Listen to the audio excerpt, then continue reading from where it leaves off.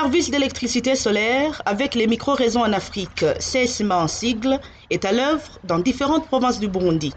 Il a déjà procédé à l'installation et la mise en service des micro-réseaux solaires dans les villages isolés, dans certains endroits, à l'instar de Kazilabageni dans la province de Makamba, Buheka dans la même province, à Gatereni sur 2 sites.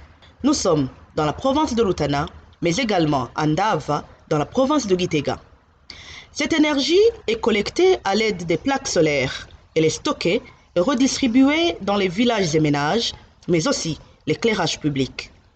Les habitants de ces localités s'en servent dans les salons de coiffure, les boutiques, les restaurants et bistrots, différentes églises, certaines institutions comme les écoles et un habitant de Buheka qui s'en sert avec sa meuleuse. Les bénéficiaires saluent cette initiative qui les a fait passer de l'obscurité à l'éclairage.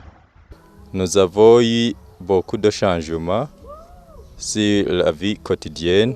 Par exemple, la façon dont on utilise pour charger notre téléphone et allumer le salon pour préparer les cours qu'on peut donner aux élèves parce que moi et ma femme, nous sommes des enseignants.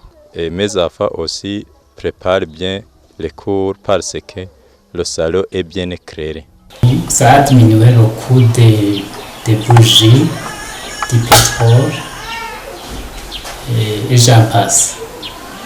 Un autre point, et pas des moindres, est la réduction des coûts pour ceux qui naguère utilisaient les groupes électrogènes à un coût de carburant très élevé. Il en va également de ceux qui faisaient recours aux plaques solaires domestiques puisqu'ils renouvelaient sans cesse les batteries à un prix élevé. Avec ce projet, ceux-ci peuvent pousser un ouf de soulagement. Cette énergie sert aussi dans les salles de projection de films, dans différents villages, mais aussi dans des centres de santé. La population voisine, qui n'est pas encore raccordée, souhaiterait l'extension de ce projet pour qu'elle puisse aussi en tirer profit. En tout, 580 raccordements ont été déjà effectués jusqu'à nos jours et les concepteurs ont prévu de l'étendre en vue de servir un grand nombre de personnes possibles. Ce projet est conjointement financé par l'Union européenne à hauteur de 75% et le gouvernement du Burundi à hauteur de 20%.